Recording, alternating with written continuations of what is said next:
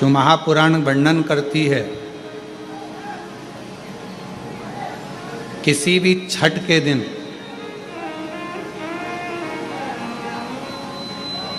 चाहे अंधेरी की छठ हो, चाहे उजाले की छठ हो, किसी भी छठ के दिन अगर षडानंद कार्तिकेय जी महाराज का नाम लेकर 6 बेलपत्र और उस 6 बेलपत्र पर 6 दुर्वा, 6 पुष्प, 6 अक्षत के दाने रखकर षडानंद कार्तिकेय बाबा के स्मरण कर कर शिवलिंग की जो जलाधारी है उस जलाधारी पर जहाँ अशोक सुंदरी का स्थान है उसी के पास में कार्तिकेय जी का स्थान है। किसी भी छठ पर यदि आप बाबा को वो बेलपत्र, वो दुर्वा, वो पुष्प, वो अक्षत का दाना 6 समर्पित करते हैं, किसी भी छठ के दिन, षष्ठी के दिन स्कंद भगवान का नाम लेकर, स्कंदेश्वर बाबा का नाम लेकर, कार्तिकेय बाबा का नाम लेकर यदि समर्पित करते हैं तो जिंदगी में कितना भी कर्जा हो वो कर्जा 3 महीने के अंदर समाप्त होता ही है। कितना भी कर्जा, साथ में आपका परिश्रम, साथ में आपकी मेहनत और आपकी दृढ़ता। क्या होता है, लोग सोचते हैं कि हमने शंकर जी को बेलपत्र समर्पित कर दी तो कर्जा चूकेगा, पर साथ में मेहनत भी करना। अगर आप मानते हैं कि पूरी पूरी कथा का इसमें दुनिया के कई लोग हैं हमारी कथाओं को आधा काटते हैं आधा भेज देते हैं। गुरुजी ने कहा कि बेलपत्र पर शहद लगाकर चढ़ाओ, पर गुरुजी ने साथ में कहा कि रात दिन एक करो, पढ़ाई पूरी करो, आधी बात काट देते, आधी बात दिखा देते, पर उसका हमको कोई फर्क नहीं पड़ता है। आग लगे बस्ती में अपन रहो, उसका हमको कोई फर्क नहीं पड़ता, क्योंकि दुनिया का काम है गलत चीजें जनमानस में देना जिससे बदनामी हो, अब शब्द बोले जाएं, ताने दिए जाएं, गालियां दी जाएं, ये दुनिया की रीति है। बहुत आते हैं दिन भर में, कहीं कोई दबाव देने के लिए आता है, हम तुम्हारी बदनामी करेंगे, हमको 1 करोड़ दो, हम ये छब्बा देंगे, हम वहाँ से आएंगे, हम ऐसा कर जाएंगे, हम वैसा कर जाएंगे। बहुत आते, दिन भर का काम है इनका, रोज का यही काम है, हमें ये करो, हमको वो करो।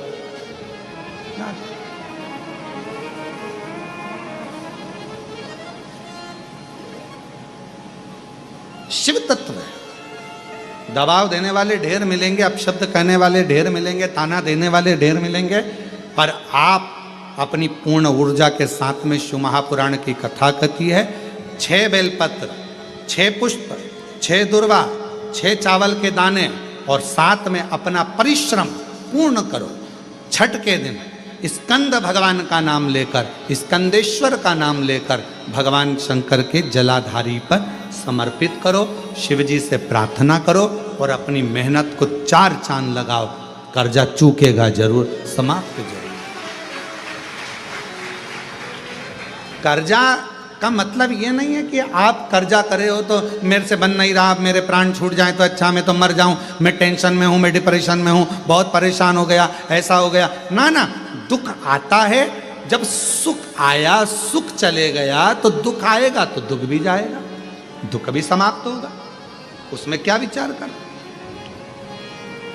ऐसा तो नहीं है कि दुख समाप्त नहीं होगा, दुख नहीं जाएगा। सुख आया है, जब हमारे अच्छे दिन अगर समाप्त हुए हैं तो दुख भी समाप्त जरूर होगा, फिर वापस सुख आएगा। थोड़ा हिम्मत, थोड़ा धैर्य, थोड़ा हृदय पर भाव एकाग्रित करो कि नहीं नहीं, मेरा शंभु, मेरा शंकर, मेरा त्रिकालदर्शी, मेरा कैलाशी, मेरा अविनाशी, मेरा शिव मेरा दुख काट। की कथा ने ये सब मिटा दिया।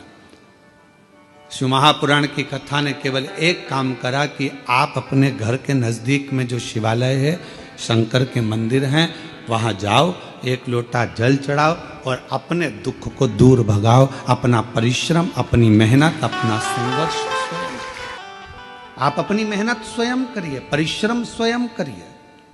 शिव महापुराण की कथा ने कभी यह नहीं कहा कि आप अपने परिश्रम से दूर हो जाओ या अपनी तकलीफों को आपको नहीं झेलना है। आपको झेलना पड़ेगा, आपको परिश्रम करना पड़ेगा, मेहनत करना पड़ेगा, और आपकी मेहनत ही एक दिन आपको रंग लाएगी और उन्नति की सीढ़ी तक लेकर जाएगी। आज हम परिश्रम से वंचित हैं। जब हमारा बचपन रहता है तो हमको जो प्यार मिलता है, प्रेम मिलता है, वो फ्री में मिलता है। बोलो सही है कि गलत है? अरे जम के तो बोलो सही है। बचपन में प्यार खरीदना पड़ता है क्या? प्रेम खरीदना पड़ता है? बचपन में कोई भी छोटा सा बच्चा है, इधर बाजू में जाएगा, उधर बाजू में जाएगा, सब उससे प्रेम करेंगे, गले से लगाएंगे, हृदय से लगाएंगे, गोदी में लेंगे। प्रेम प्यार बचपन में फ्री में मिलता है। जवानी में प्यार प्रेम फ्री में नहीं मिलता, कमाना पड़ता है। धन बढ़ाओगे तब प्रेम बढ़ेगा, वैभव बढ़ाओगे तो लोग पूछेंगे, संभालेंगे, ध्यान देंगे। कमाना पड़ता है। और बुढ़ापा जब आता है तो प्रेम फ्री में नहीं मिलता। बुढ़ापे में प्रेम कमाया भी नहीं जाता। बुढ़ापे में तो प्यार प्रेम मांगा जाता है कि कोई हमारे पास आकर थोड़ी देर दे।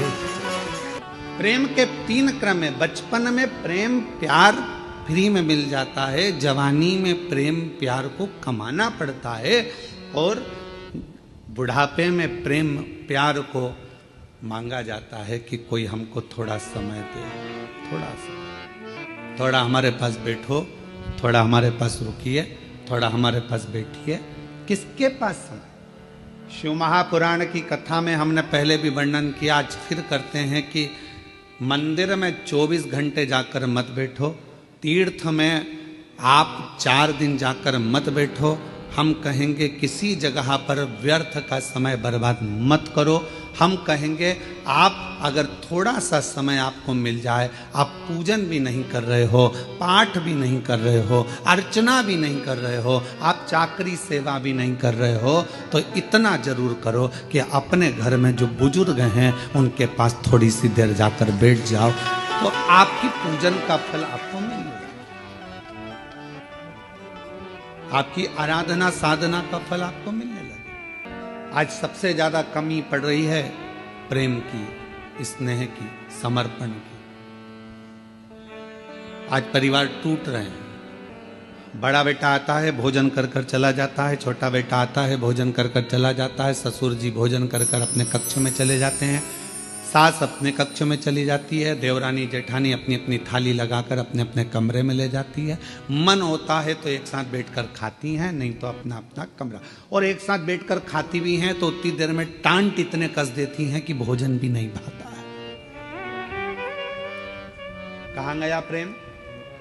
कहां गया समर्पण? कहां गया प्यार? धन बहुत है, घर में जितने सदस्य हैं कोई फ्री नहीं बैठा है। माताएं फ्री हैं तो वो कुछ ना कुछ कढ़ाई, मेहंदी, पेंटिंग, सिलाई, बुनाई, मिठाई कुछ ना कुछ बनाकर वो भी अपना व्यापार चला रही हैं। पुरुष हैं तो वो भी कमा रहे हैं, कोई ऑनलाइन कमा रहा है, कोई कुछ कमा रहा है। हर व्यक्ति अपना अपना काम कर रहा है, कमाने में लगा है, संपदा बढ़ाने में लगा है।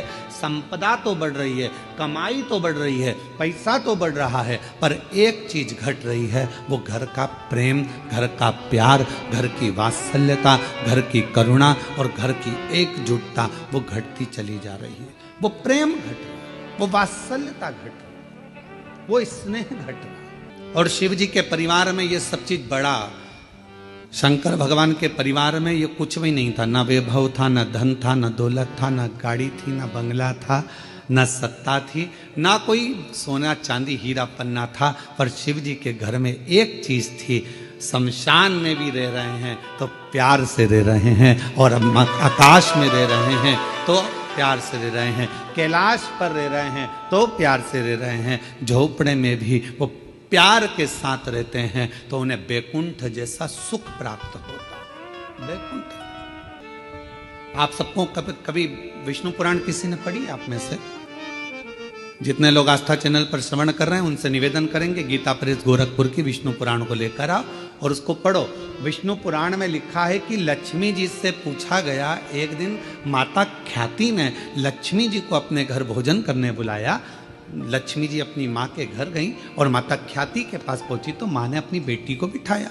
लक्ष्मी जी ख्याति देवी की बेटी है, तो ख्याति ने गोदी में बिठाकर अपनी बेटी से पूछा कि बेटी, मैंने तुझे भगवान विष्णु के साथ ब्याया, मैंने तुझे भगवान नारायण के साथ विदा कर दिया, विवाह कर दिया, तो भगवान वैकुंठ में चली गई, सारा सुख तेरे घर में है, पर ईमानदारी से बता तेरा सबसे ज्यादा मन कहाँ लगता है, तेरा मन किस जगह पर लगता है? लक्ष्मी जी से पूछा गया। जलगांव के सेठों की तिजोरी में तेरा मन लगता है क्या? तेरा मन मुंबई में महालक्ष्मी मंदिर में लगता है क्या? तेरा मन तिरुपति तिरुमाला में कहीं तेरा मन लगता है क्या? तेरा मन कहाँ लगता है? महालक्ष्मी मंदिर बेरुल में लगता है?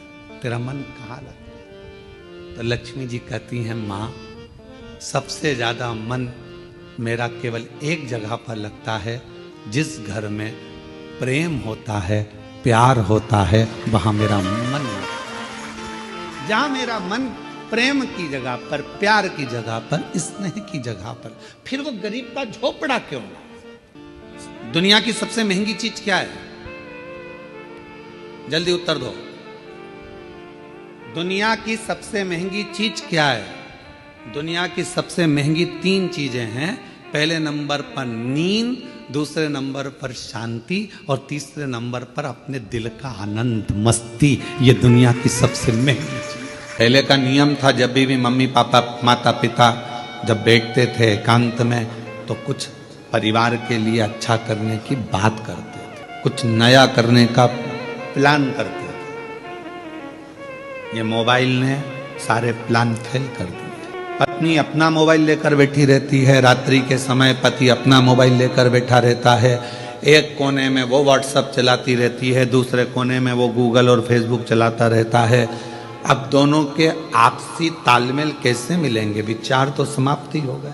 बच्चों के लिए कुछ नया सोचने का मन नहीं है, बस पढ़ रहे हैं, बच्चे पढ़ा रहे हैं, ठीक है, स्कूल गए हैं, चले गए हैं। जो है आपस में आप लोग एक दूसरे से कक्ष के अंदर कमरे में अगर मिले हो तो थोड़ी देर बैठकर बात तो करो कि हमको आगे की प्लानिंग क्या करना है, आगे क्या करना है। हमारा पूरा समय हम मोबाइल को दे दिए, व्हाट्सएप को और फेसबुक गूगल को दे दिए। कितने भी आपके फ्रेंड बना लो इंस्टाग्राम पर, कितने भी आपके फ्रेंड बना लो व्हाट्सएप पर, कितने भी आपके फ्रेंड बना लो फेसबुक पर, कितने भी आपके फ्रेंड बना लो गूगल पर, कितने भी आपके फ्रेंड बना लो आप पूरे मोबाइल पर याद रखना, जब बीमार पड़ोगे, हॉस्पिटल में पड़े रहोगे, पूरे मोबाइल का एक भी दोस्त तुम्हारे पास खड़ा हो तो बता देना, खड़ी वो पत्नी ही रहेगी। जिसको तुमने टाइम नहीं दिया वो पत्नी, जिसको तुमने टाइम नहीं दिया वो पति, जिसको तुमने टाइम नहीं दिया वो सास, जिसको तुमने टाइम नहीं दिया वो ससुर, जिसको तुमने टाइम नहीं दिया वो मम्मी, जिसको टाइम नहीं दिया वो पापा। आखिरी में खड़े केवल परिवार का ही व्यक्ति रहेगा। बाकी के जितने मोबाइल पे जुड़े वो बाद में लिखने को तैयार मिलेंगे, ओम शांति।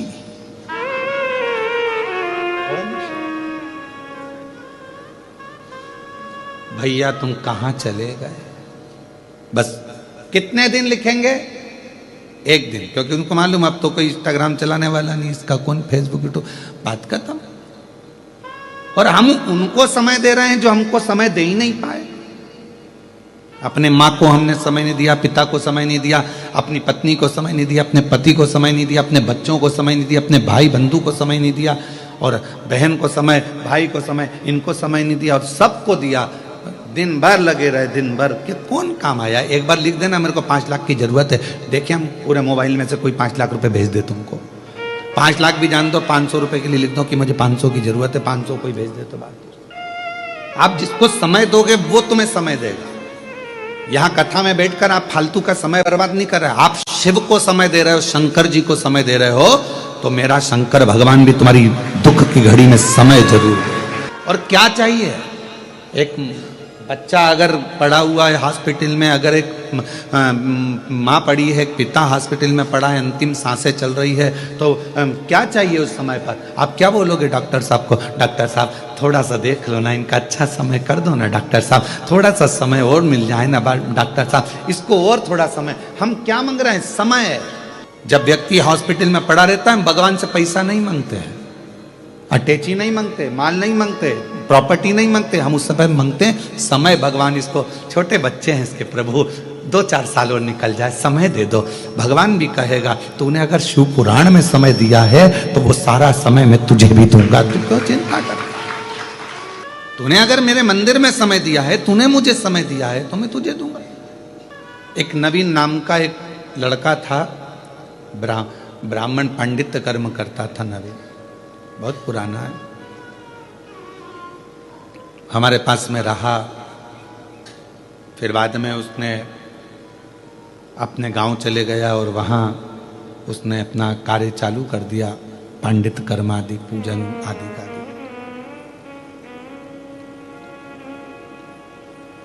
और ऐसा ही एक पुत्र और हमारे साथ में रहा, जबलपुर के सचिन। तो वो बालक बोला कि गुरुजी मुझे एक बीमारी हो गई है और बहुत दुखी हूं मैं, बहुत दुखी। हमने कहा क्यों टेंशन लेता है, क्या हुआ? डॉक्टर ने कह दिया कि मैं केवल 2-3 महीने का हूं। मैंने कहा डॉक्टर बोला है ना, शिव तो नहीं बोला ना। तो हमारे साथ में इतने साल रहा, तूने सेवा करी, बिना विचारे बिना सोचे, तो क्यों चिंता करता?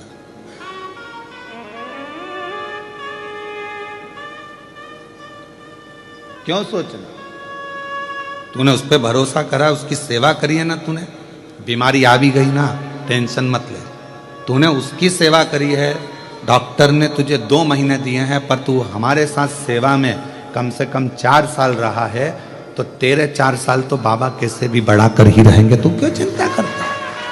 अब ये 4 तो उसके थे, उसकी तरफ से जो तूने सेवा करी, और 4 गुरु की तरफ से, और 4 तेरी माता की तरफ से, और 4 तेरे पिता की तरफ से। और आज उस बच्चे को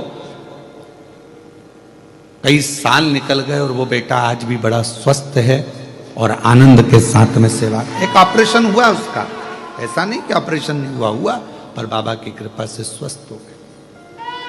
आपने कृष्णेश्वर बाबा को कितना समय दिया, आपने राम जी को कितना समय दिया, आपने शिव जी को कितना समय दिया, आपने भगवान को कितना समय दिया, वो समय पूरा काउंट होता है। आपने परमात्मा को दिया है तो परमात्मा भी आपकी दुख की घड़ी में, अंत घड़ी में, और अंत समय प्रभु आना पड़ेगा, वचन दिया तो निभाना पड़ेगा। आए नाय प्रभु कुटुंब कबीला, अंत समय प्रभु आना पड़ेगा, वचन दिया तो